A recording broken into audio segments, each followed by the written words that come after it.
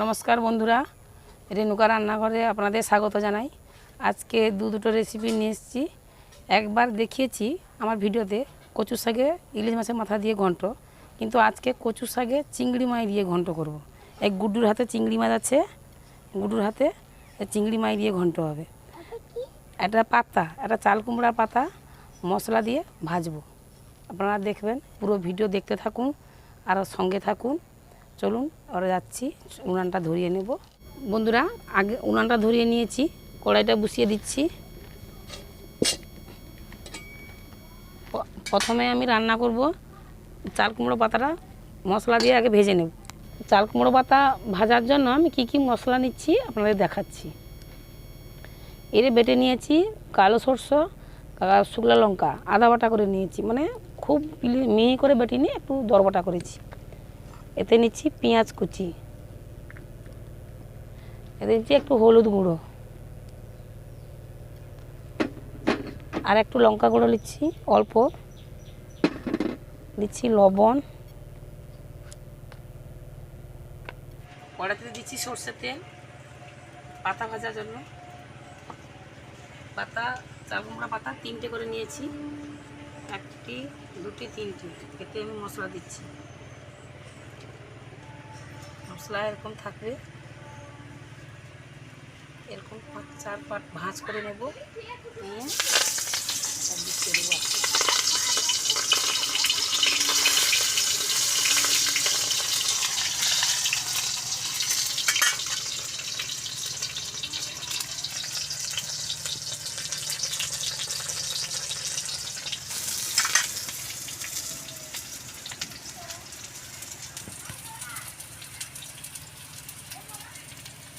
এই পাতা ভাজা খেতে খুব সুন্দর লাগে, ভালো করে যদি পাতা ভাজা হয়, এই পাতা ভাজা দিয়ে ভাত খাওয়া হয়ে যাবে।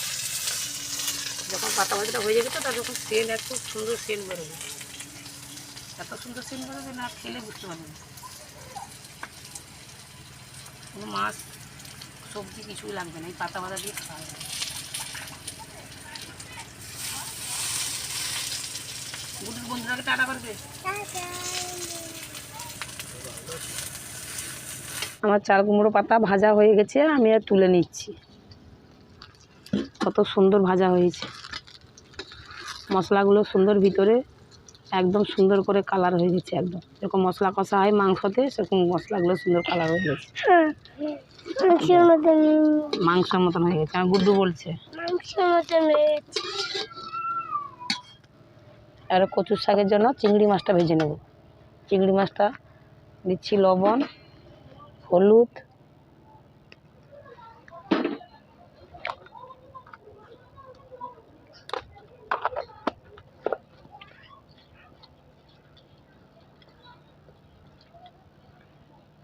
চিংড়ি মাছটা ভেজে নেব। আর একটু সরষের তেল দিচ্ছি।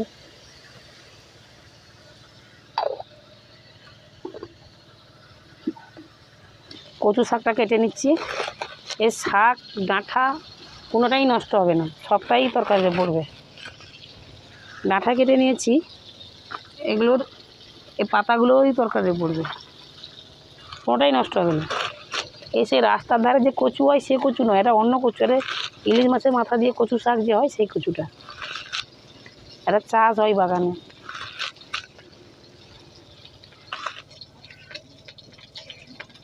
গুড্ডু, তুই কচু শাক খাবি? বন্ধুরাকে বলে দেখ আমি কচু শাক খাবো। আমি ততক্ষণে চিংড়ি মাছটা দেখি ভাজা হচ্ছে কিনা। চিংড়ি মাছটা লাল লাল করে ভাজা হচ্ছে।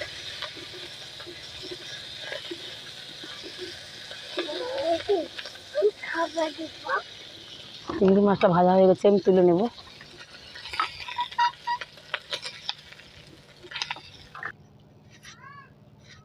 কচু শাক রান্নার জন্য আমি কড়াইতে দিচ্ছি সরষের তেল। সরষের তেল, তেলটা গরম হলে আমি 5 ফোড়ন দেব। ফোড়ন দিচ্ছি তেজপাত, 5 ফোড়ন দিচ্ছি, পেঁয়াজ কুচি। বেশি মশলা দেবো না, অল্প মশলা রান্না করব।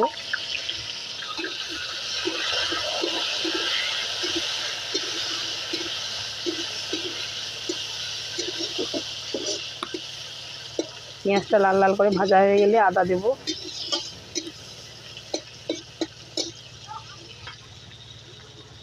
এতে বাটা আছে গোলমরিচ, জিরে, এলাচ, তেজপাত, লবঙ্গ, সমস্ত মশলা এতে বাটা আছে। এটা তরকারি হলে দেব।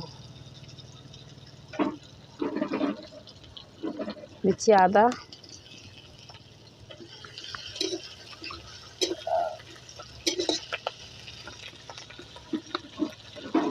লঙ্কা গুঁড়ো, হলুদ গুঁড়ো,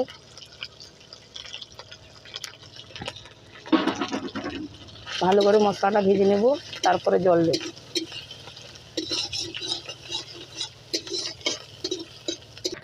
মশলাটা ভালো করে ভাজা হয়ে গেছে, এবারে আমি শাকটা দিচ্ছি।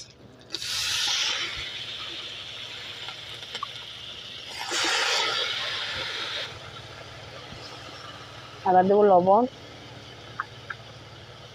1 চামচ লবণ। লাগিয়ে দিতে তখন দেখে দেবো, এখন আর শাকটা জীর্ণ হবে তো, তারপরে বোঝা যাবে কতটা লবণ লাগবে। লবণটা অল্প দিলাম।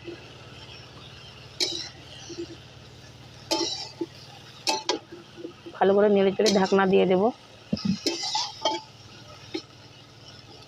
এবার দিচ্ছি 10 মিনিট ঢাকনা, তারপর ঢাকনা খুলে দেখো। ঢাকনাটা খুলে দেখি, আমি এবারে চিংড়ি মাছটা দিয়ে দিচ্ছি, ভাজা আছে।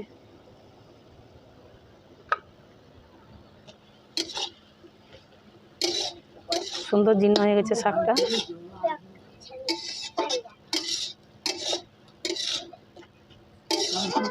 একটু ঢাকনা দিচ্ছি, আমি ঢাকনাটা খুলে দেখছি, শাকটা সুন্দর জীর্ণ হয়ে গেছে আর সুন্দর গন্ধও বেরোচ্ছে। কচু শাকের গন্ধ, কচু শাকের গন্ধ ভালো গন্ধ উঠছে না?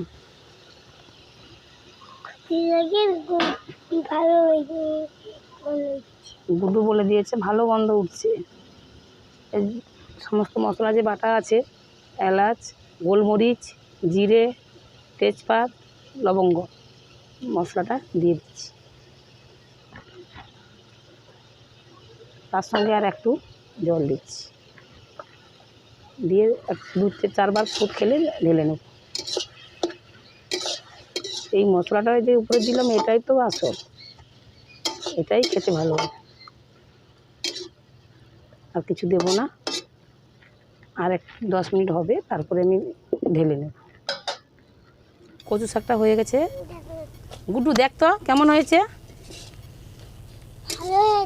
ভালো হয়েছে। কেমন গন্ধ বেরোচ্ছে রে? ভালো গন্ধ হচ্ছে। দেখ দেখি কেমন হয়েছে। জিভ দিয়ে জল চলে আসছেন তোর।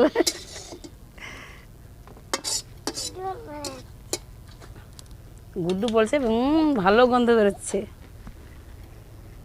আমি ঢেলে নিচ্ছি, শাকটা হয়ে গেছে।